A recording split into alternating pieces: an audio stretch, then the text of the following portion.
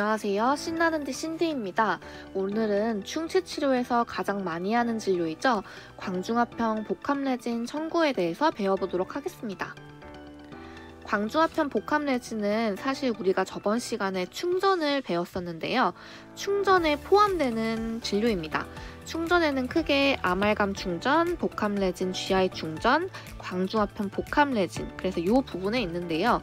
이전에 설명드렸던 아말감과 이 GI 친구들과는 약간 다른 특징을 가지고 있어서 제가 광중압형 복합레진만 따로 설명을 드리게 되었어요.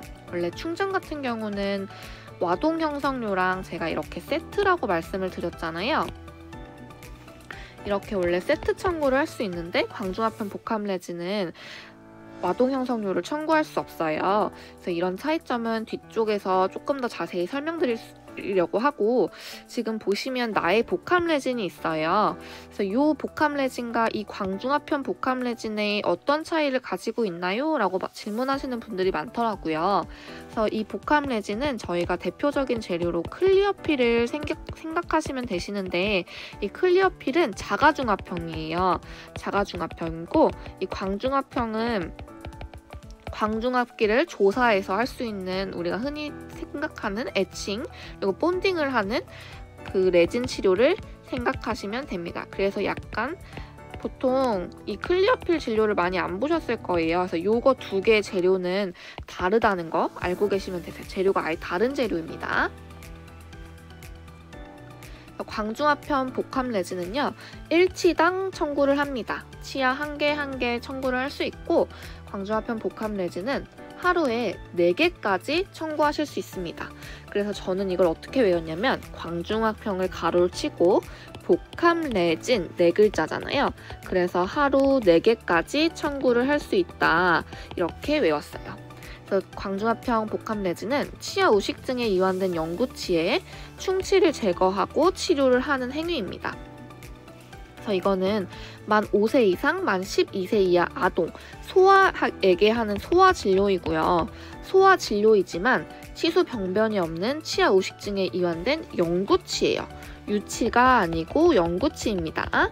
그리고 치수 병변이 없는이 중요해요. 치아 우식증이 순수하게 충치에 이완된 영구치라는 거, 이때 청구를 하실 수 있습니다. 재료대와 약제는 별도 산정할 수 없고, 알아두셔야 될 게 산정을 하는 것과 산정을 못하는 것, 산정 불가와 산정을 할 수 있는 것을 구분을 해주셔야 되는데, 러버댐 장착과 직일 충전 처치, 충전, 교합 조정, 충전물 연마는 별도 산정하실 수가 없습니다.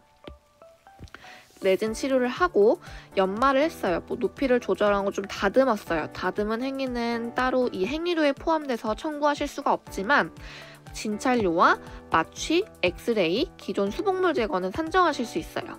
그래서 일단 소아에게 충치가 발견이 됐어요. 충치의 범위를 확인하기 위해서 엑스레이를 찍었어요. 엑스레이는 충치 범위를 확인해야 되니까 인정을 해주고, 막상 충치 제거를 하다 보니까 아파요. 아파서 마취를 했어요. 이거는 인정이 돼요. 그리고 기존에 아이가 아말감으로 떼어놓은 자리가 있어서 아말감을 제거를 했어요. 아말감 리무버를 했어요. 그러면 제거한 것까지는 산정이 됩니다.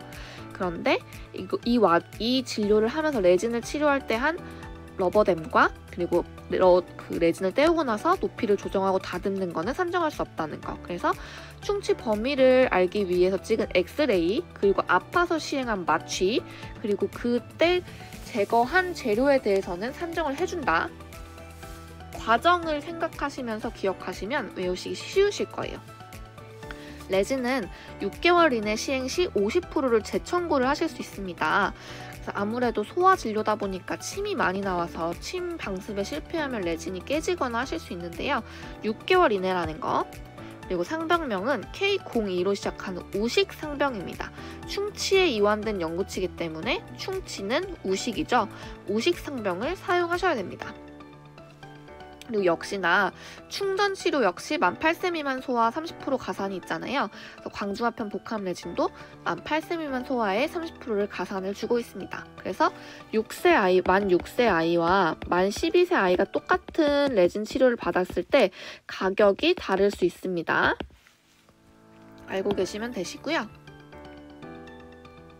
광중화편 복합레진의 특징입니다. 유치 산정할 수 없고요. 사랑니 산정하실 수 없습니다. 치아 마모로 인한 떼움 안 되고요. 보철 예정 치아 비급여니까 안 됩니다. 파절 치아 안 됩니다. 결국 인정을 해주는 범위는요. 우식, 충치로 인한 것만 나라에서 인정을 해주고 있어요. 그리고 예전에 이제 실란트 공부할 때 배웠던 건데 같은 치아에 충치가 있어서 복합레진으로 광주화편 복합레진으로 충전을 하고 뭐 설면이나 현면에 실란트 진료를 했어요. 그렇게 되면 수가가 비싼 광주화편 복합레진이 100%, 수가가 낮은 실란트가 50% 산정할 수 있다는 거 다시 오늘 공부하고 가실게요. 광중화편 복합레진의 특징은 이 내역 설명이 굉장히 중요하다는 거예요. 그래서 저희가 블랙의 와동이라고 해가지고 학교 다닐 때 그 와동분류법 배운 적이 있잖아요. 그래서 꼭 차트에 기록을 해주셔야 돼요. ZX999라고 해서 기타 내역란에 뭐 많이 하는 교환면 해볼까요? 1급 와동 1면 치료했다 이런 식으로 내역 설명을 꼭 해주셔야 됩니다. 그래서 와동 급수와 면수를 충전 면수를 기재해 주셔야 돼요. Q&A입니다. 치수 절단 후 광중화편 복합 레진 청구가 가능할까요? 레진 같은 지금 보면은 정답이 나왔죠? 일단은 정답은 청구하실 수가 없습니다. 치수 절단 치료가 이렇게 생긴 치아에 치근부 치수는 남겨두고 치관부 컷, 절단 컷. 치관부 치수를 제거하는 행위잖아요. 치관부 치수를 제거를 한다는 것 자체가 신경치료이기 때문에 청구하실 수가 없습니다. 2번입니다. 광중화편 복합레진이 충전에 포함되는데 와동형 석류를 별도로 선정 가능한가요? 원래 충전치료 같은 경우는 충전과 와동형 석류가 세트라고 말씀드렸어요. 근데 광중화편 복합레진은 약간 따로 생각하셔야 되는 게 이 모든 행위가 포함돼요. 행위료에 포함되어서 청구하실 수가 없습니다. 그래서 마찬가지로 와동형 석류도 안 되고 러버댐도 안 되는 것처럼 와동형 석류는 산정하실 수가 없습니다. 3번입니다. 광주화편 복합레진 부위가 불편하다고 하셔서 일주일 뒤에 교합 조정과 충전물 연마를 시행했어요. 청구가 가능할까요? 이 기간이 중요한데요. 일단 일주일 뒤잖아요. 이거는 사실 그 이전의 행위가 완벽하다고 볼 수 없기 때문에 청구하실 수가 없습니다. 근데 이게 6개월 이내 50%이기 때문에 6개월이 지나면 100% 청구를 하셔도 되지만 그 이전에는 우리의 행위가 다 끝나지 않았다라고 판단을 해주셔야 됩니다. 4번입니다. 취소 노출이 있는 우식으로 광중화편 복합레진을 시행했대요. 일단 우식이란 말이 들어가서 청구할 수 있겠다라고 생각하시면 되지만 취소 노출이 있대요. 취소 노출이 있다면 신경이 노출이 됐다는 거고 이렇게 되면 신경치료를 해야 될 가능성이 높기 때문에 청구하실 수가 없습니다. 치수라는 말이 들어가면 안 되고 상병명에 K02 우식 상병명만 들어가셔야 됩니다. 5번입니다. 동일 2치면 이상의 충치를 날짜를 나눠서 치료를 했대요. 청구는 어떻게 해야 되나요? 광중화편 복합레진은 치료가 종료된 날에 와동 면수를 합해서 청구하셔야 됩니다. 모든 진료, 우리도 스케일링 같은 경우도 연일의 스케일링을 시행을 할 때도 나눠서 한다고 따로 청구할 수 있는 거 아니잖아요. 이것도 역시 합산해서 청구를 하거든요. 그래서 뭐 오늘 와서 설면을 치료를 하고 내일 와서 교환면을 치료를 했어. 그래도 합해서 청구를 하셔야 됩니다. 마지막 날 청구를 하셔야 되고요. 치료가 끝난 날을 기준입니다. 치료가 끝난 날입니다.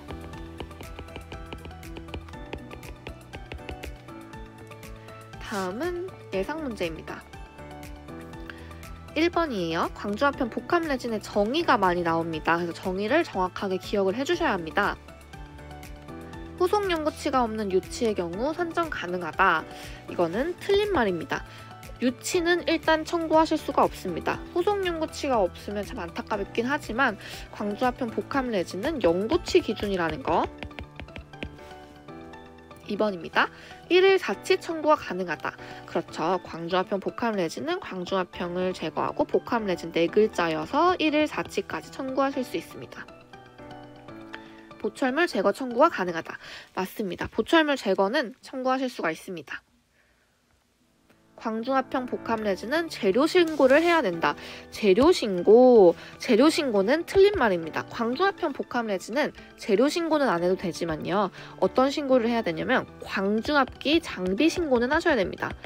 장비 신고를 하지 않으면 삭감당해요. 광중합형 장비를 신고해야 된다. 재료는 신고하지 않으셔도 됩니다. 러버댐 장착이 가능하다. 안타깝게도 러버댐 장착은 행위료에 포함되어서 청구하실 수 없습니다. 충치 제거 시 통증 호소에서 마취를 시행했대요. 아픈데 마취 당연히 인정해줘야죠. 마취는 하실 수 있습니다. 다음입니다. 2번이에요. 광중합형 복합레진 산정 기준이 같은 것끼리 고르세요. 지각과민 처치, 지각과민 처치 6개죠. 그래서 6치까지 청구하실 수 있고 교합, 조정 4글자죠. 하루 4개까지 청구하실 수 있습니다. 광중합형 복합레진 역시 4치고요. EPT 검사는 아직 우리가 수업에서 배우진 않았지만 1구강당 한 번만 청구하실 수 있습니다. 그렇기 때문에 정답은 니은과 디귿이 되겠죠. 3번입니다. 비급여 적용해야 하는 경우를 고르시오. 기억 75, 85번 레진 치료를 했대요. 75, 85는 유치죠. 유치는 비급여로 청구하셔야 되고요. 치수 노출이 있는 우식으로 인한 광중합형 복합레진. 우식은 맞지만 치수 노출이 있기 때문에 이거는 비급여로 청구하셔야 됩니다. 역시 니은 역시 정답이고요. 디귿입니다. 사랑니 광중합형 복합레진을 청구했대요. 영구치긴 맞지만 사랑니는 아직까지 제외되고 있습니다. 왜냐면 사람마다 있는 사람이 있고 없는 사람이 있기 때문인데요. 역시 비급여로 진료를 하셔야 됩니다. 리을입니다. 치아 파절로 인한 광중합형 복합레진. 파절이 나왔어요. 파절은 비급여입니다. 광중합형 복합레진은 오직 우식입니다. 충치가 있는 거에 대해서만 소아 환자의 만 5세 이상, 만 12세 미만 환자에게 보험 청구하실 수 있다는 것. 우식 치아만 청구하실 수가 있습니다. 그래서 사랑니도 안 되고 유치도 안 되고 파절, 외상 모든 경우의 수가 다 안 되고요. 우식, 깔끔한 우식만 가능합니다. 제가 준비한 내용은 여기까지고요. 궁금하신 사항 있으면 댓글로 남겨주세요. 안녕.